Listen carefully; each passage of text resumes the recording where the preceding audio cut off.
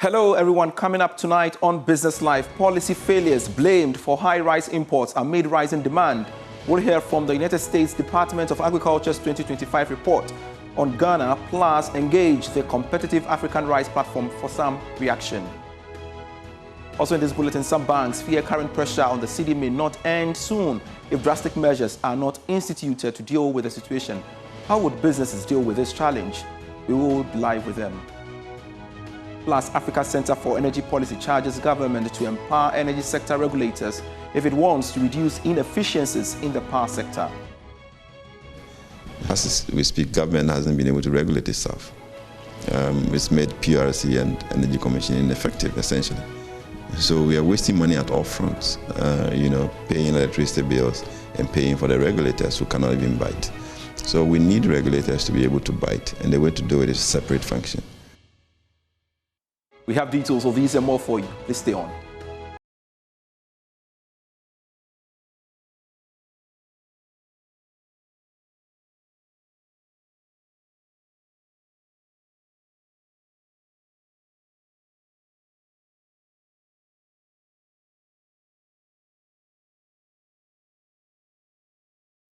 Thanks so much for your company. I am Pius Kojobaka, and look now at our stories. Ghana's rice industry faces a looming crisis despite production gains. According to the United States Department of Agriculture's 2025 Grain and Feed Report, rising demand, poor rainfall and heavy reliance on imports continue to push prices and threaten food security in the country. More in this report. According to the United States Department of Agriculture, USDA, between March 2024 and January 2025, the average price of 100 bags of rice increased from 200 Ghana cedis to 650 Ghana cedis, a 225% jump. Although prices fell to 400 Ghana cedis by March 2025, they still remain twice as high compared to a year earlier. Millers have explained that paddy rice with low moisture content attracted lower prices because it breaks more during milling, reducing quality and affecting supply to the market. Despite growing local output, Ghana's appetite for rice is rising faster. The report notes that consumption is projected to hit 1.80 million metric ton in 2025-2026, up from 1.75 million metric ton the previous year, driven by population growth and changing diets. All right, so let's broaden the conversation further. Joining us via Zoom is the chairman of Competitive African Rice Platform Ghana, that's Ghana chapter, Yao Edupoku. Thank you so much, Mr. Edupoku, for making time to speak to us here on Business Live. Now, per the report released by the USDA, 70% of rice sold in Ghana is imported, mainly from Vietnam, India, and of course, Thailand dominating the market. And this is worrying, I say, because we don't know where the situation is. But for you, where have we gone wrong as a country? All right, so we shall... yes. Can you hear me? Better now. Yeah, I think it was muted. Yes. Yeah. Thank you for having me on your program, and good evening to your viewers. Yes, what you're saying is the truth. Even the estimate you just quoted from the USDA, to me, may be conservative.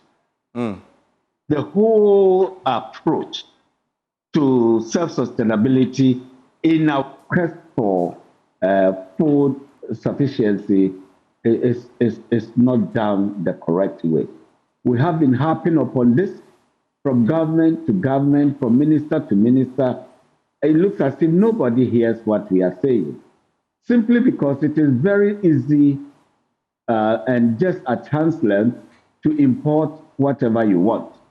And then we turn around to talk about the cedi and the dollar disparity. It is our own creation, and it is the failure of leadership that has brought us to this end. Ghana, from the south to the north, east to the west, abounds with fields and big farms that can feed Ghana and export.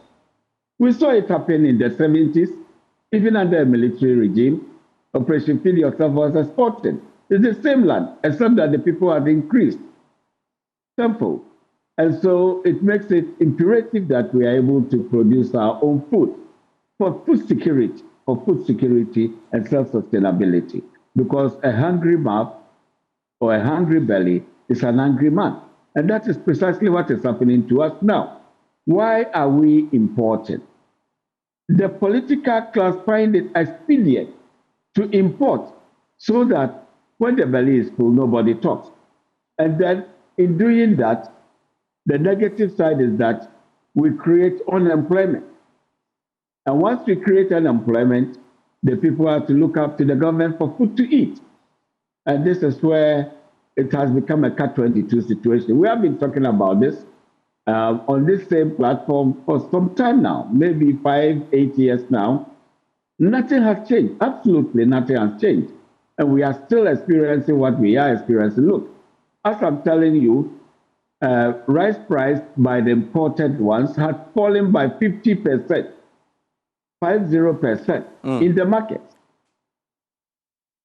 Our local rice cannot be able to compete with it in any way.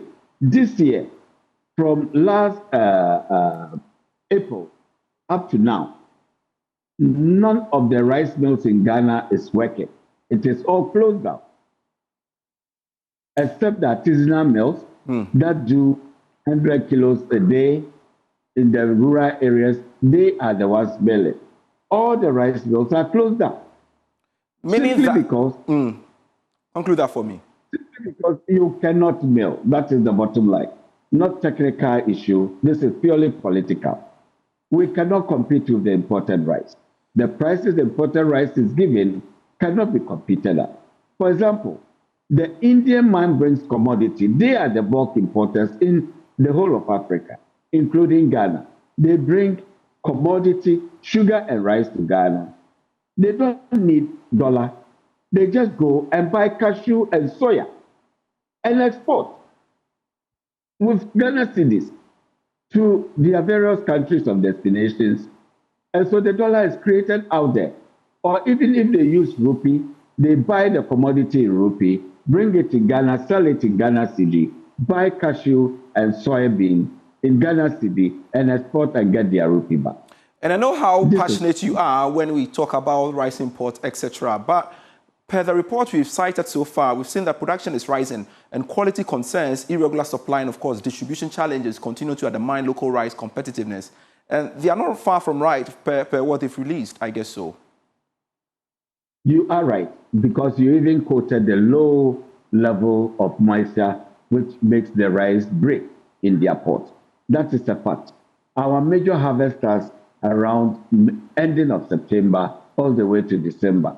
That is the same time the Harmattan season rest is up. For other grains, the more it is dry, the better it is. Like soy, like maize, like millet, like sorghum. If the weather is dry, it is good for them. But rice is different. The moment rice, Harmattan catches on rice, it dries in the pot just like it dries maize. But then rice is fragile, so it breaks inside its pot, inside the husk. So by the time you bring it to the milling front, it has broken into 10 pieces. And so when you mill, you have already lost 50% of the value of the paddy you bought. And so at Christmas time, millers compete. We run against time to mill as much as we can. Why? Because we don't have storage facility. For the last 10 years, I've been talking to anybody who will hear that we need storage facilities, not warehouse. Nobody is listening to us. That we need silos to preserve and store the paddy that we have harvested. Zero. As I'm talking to you, zero. So when the Harmattan comes, the paddy dries up and the miller closes shop because we cannot mill. And this makes it a bonanza for the importers. So they bring and bring and bring. All right. This is the situation we find ourselves in. And I appreciate that bringing us to speed with, the challenges we have at hand now. But how best do you think we can reduce the importation of rice, considering the other interventions put in place by government, like the National School Feeding Program scheme? I know, for instance, is in place to curb the importation of rice. But I'm not cutting you. Go to the National School Feeding Program and look at the rice they are selling. It is imported rice. It's not local rice. My constituents, their rice are still in the warehouses. We cannot sell. Apart from the price, we are not selling because the Indian will beat you to the price. And so the school feeding program is feeding on imported rice. So how do we change the whatever narrative? intervention How that we really make- do we change the narrative? Say that again, sorry. I'm asking, how do you think we can change the narrative? We'll change the narrative simple. The country has enough arable land to grow rice to export, not only to feed. If we make a concerted effort that we want to see sustainability in the rice sector, in the maize sector, in the soya sector, it will not take us even 3 seasons, that is 3 years, and we will exceed our national target. But it means putting money where your mouth is. And that is not what is happening. If a country like Ghana, the minister come and talk about we bringing mechanized help, and you go and it is 100 tractors. 100 tractors. Is it for Greater Accra region, or for Eastern region, or is for the whole nation? 100 tractors. That is why it looks as if we are playing with our own destiny. If government puts its feet down, let's say government say we want to stop the hemorrhaging of our effort, because everybody knows that forest alone for rice is in excess of $1 billion US. That is what we are doing. All right. So if government say, let's cut this one off, let's invest that money in the sector by irrigating, by going for irrigated land, going for certified seed, putting farmers to it, building the capacity of mills. In 6 months, it will change the terrain. Great. We are not going to do it, and we won't do it. All right. Thank you so much, Nana Poku, for your time speaking to us here on Business Live. And we will follow up on that and, of course, bring you more in our subsequent bulletins. But we've got to touch on this story as well. Some banks fear that the current pressure on the cedi may not be ending soon. And this is due to concerns that enough dollars are still being supplied to market to meet demand, basically. And my colleague, George Yafi, has the rest of the story. Demand for dollars has surged over the past 2 months. Some commercial banks are linking it to businesses requesting for dollars to finance their imports for the Christmas festivities. They also argue that the current reportage about dollar shortage is forcing some of these businesses to demand dollars when they don't actually need them. There are also some who are adopting strategies to try and hoard and spend later. But for the commercial banks, they have been struggling for their demand request to be met by the Bank of Ghana. For instance, through the auction route, they demanded about $384 million last week to finance their operations. However, they got about $100 million.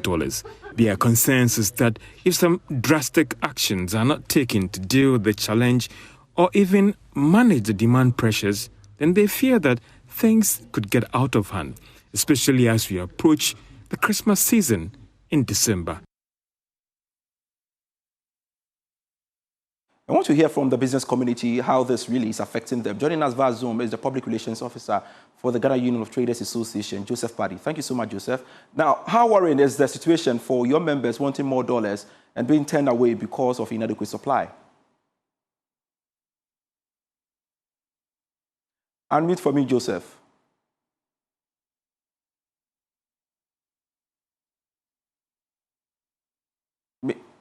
Mr. Paddy, if you can unmute for me, I will be grateful. Can you hear me now? I can now. Right, yes. Yeah, thank you very much. Let me say good evening to your viewers online and then your listeners.